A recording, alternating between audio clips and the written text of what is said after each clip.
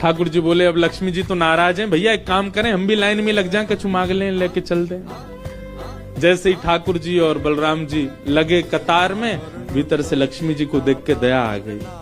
मेरे प्राणनाथ, ये चाहे तो सर्वसमर्थ हैं, परंतु बलराम जी को बताने के लिए पूरी लीला कर रहे हैं।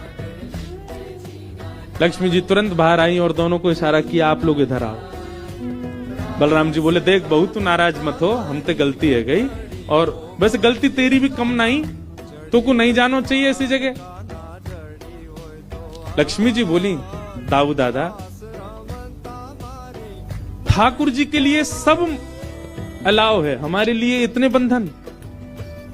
वे किसी भी भक्त पर कृपा करने जा सकते हैं, वहां पर जात पात नहीं देखी जाती, वहां पर यह नहीं देखा जाता कि भजने वाला कौन है, ब्राह्मण है, क्षत्रिय, वैश्य कौन है, सब पर वो अनुग्रह कर सकते हैं। तो फिर हमारे ऊपर इतनी रोक टोक क्यों?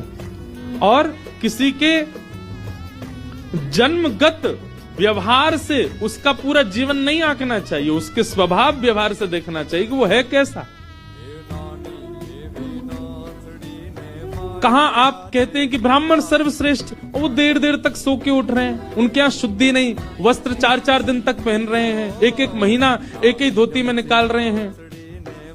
आप कह रहे हैं कि वो श्रेष्ठ, और ये लोग जो इतनी पवित्रता का ध्यान रखते हैं, इन पर कृपा ना हो।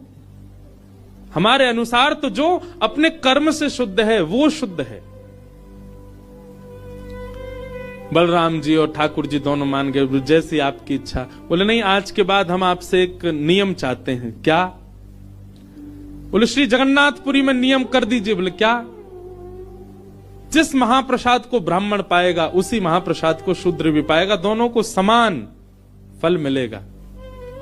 और यहां महाप्रसाद का ऐसा नियम रखा जाए कि अगर एक ही पत्तल में दोनों बैठ करके पालें तो दोनों को समान पुण्य प्राप्त होगा। महाप्रसाद पाते ही, अन्य तीर्थों में तो बहुत साधन करने पड़ेंगे, पर पुरी में आकर के कोई एक दिन का भी यदि महाप्रसाद का पाले तो उसको सर्व साधनों का फल प्राप्त हो जाए।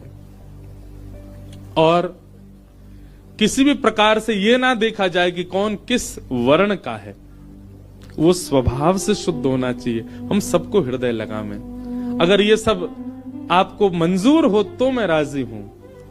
राजी हुए, और तब से श्री जगन्नाथपुरी में ये सब नियम नष्ट कर दिए गए। महाप्रभु जी सबके लिए सुलभ